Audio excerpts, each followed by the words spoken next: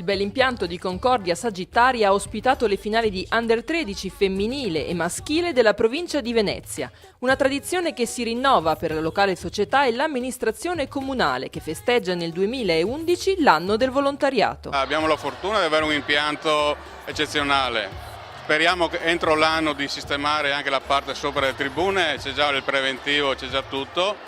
Io voglio rinnovare ancora il ringraziamento alla Pallavolo Concordia che insieme con la federazione ha organizzato queste finali provinciali. Questo è ciò che vogliamo dalle nostre associate, dare loro la disponibilità di organizzare delle finali, dare loro la possibilità di organizzare degli eventi e tutte le società vedo che puntualmente si presentano con i numeri in regola per poter organizzare al meglio l'evento, quale una finale provinciale. I piccoli della provincia si sono dati battaglia, entrambe le gare appassionanti, soprattutto nel femminile, dove a vincere alla fine è stata ancora una volta San Donà. È stata molto dura, però ce l'abbiamo fatta, siamo state unite molto come squadra e abbiamo lottato. Vogliamo andare avanti, vincere, continuare così e soprattutto essere un gruppo solido. Per il secondo anno San Giorgio non riesce a portare a casa il titolo provinciale, ma le ragazze hanno fiducia e sperano nella fase regionale. La San Giorgio è una società storica e le sue ragazze non sono da meno.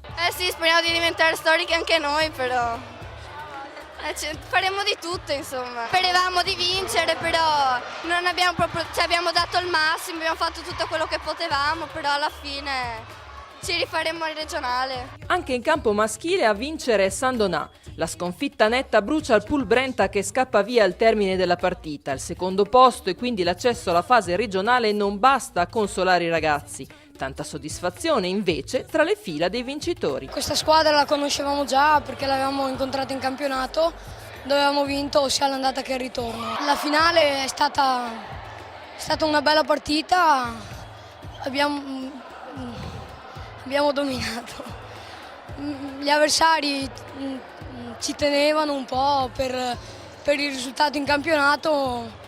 Alla fine del set abbiamo un po' mollato, però ci siamo ritirati su. Sempre San Donà, quindi, nella provincia di Venezia, punta di diamante di un movimento che comunque esprime un buon livello generale. Sta esprimendo un buonissimo livello tecnico, a livello giovanile. Direi che non è solo San Donà, le altre squadre che potranno aderire, partecipare alla fase regionale dimostreranno che il valore della pallavolo non è solo San Donà.